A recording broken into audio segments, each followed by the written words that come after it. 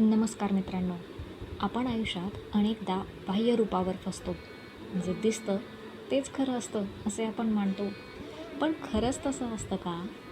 आज आपण पाहणार आहोत तुकाराम महाराजांचा एक अत्यंत सुंदर अभंग, जो आपल्याला शिकवतो की दिखावा आणि खरं मूल्य यामध्ये किती मोठा फरक आहे. चला तर मग बघूया काय आहे हा अभंग. अवगुणाचे हाती आहे अभगीचं फजिती, नाही पात्राचं वेचाड प्रमाण ते फिके गोड. विष तांब्या वाटी भरली लावू नये होती, तुका म्हणे भाव शुद्ध बरा सांग वाव. तर तुकाराम महाराज इथे आपल्याला सांगतात, ज्याच्या अंगी अवगुण आहेत त्याची शेवटी नेहमीच फजिती होते.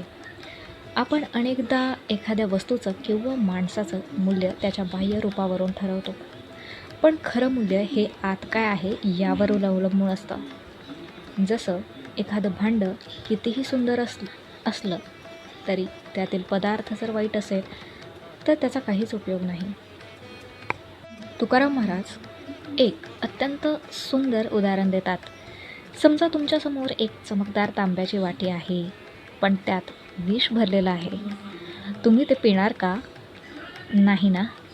म्हणजेच भांडं सुंदर आहे म्हणून त्यातील पदार्थ चांगलाच असेल असं नाही. बाह्य सौंदर्य नाही तर आतली गुणवत्ता महत्त्वाची आहे. आजच्या काळात हे खूप कठीण दिसतं. सोशल मीडियावर लोक खूप आनंदी आणि परफेक्ट दिसतात, पण वास्तवात ते तसं नसू शकतं. किंवा एखादी व्यक्ती खूप गोड बोलते, पण मनात वेगळंच काहीतरी असतं. पहा, इथे एक छोटीशी गोष्ट बघूया. दोन व्यक्ती देवाच्या मंदिरात रोज जात असत. पहिली व्यक्ती मोठ्या आवाजात लोकांना दाखवण्यासाठी पूजा करत होती. दुसरी व्यक्ती शांतपणे मनापासून प्रार्थना करत होती. लोकांना पहिली व्यक्ती खूप भक्त आहे असं वाटलं, पण देवाला कोण आवडलं असेल?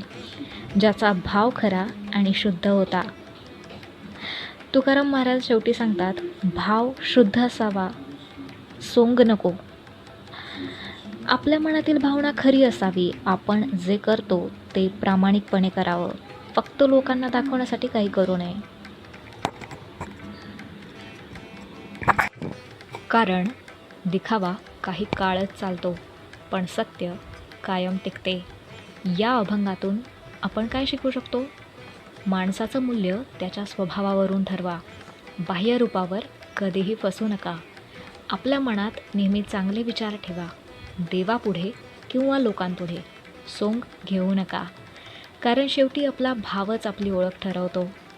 आजपासून एक छोटा बदल करूया, मनाची शुद्धता वाढवूया. हा अभंग आपल्याला खूप मोठा जीवनाचा धडा देतो. खरं असणं हेच सर्वात सुंदर आहे. धन्यवाद.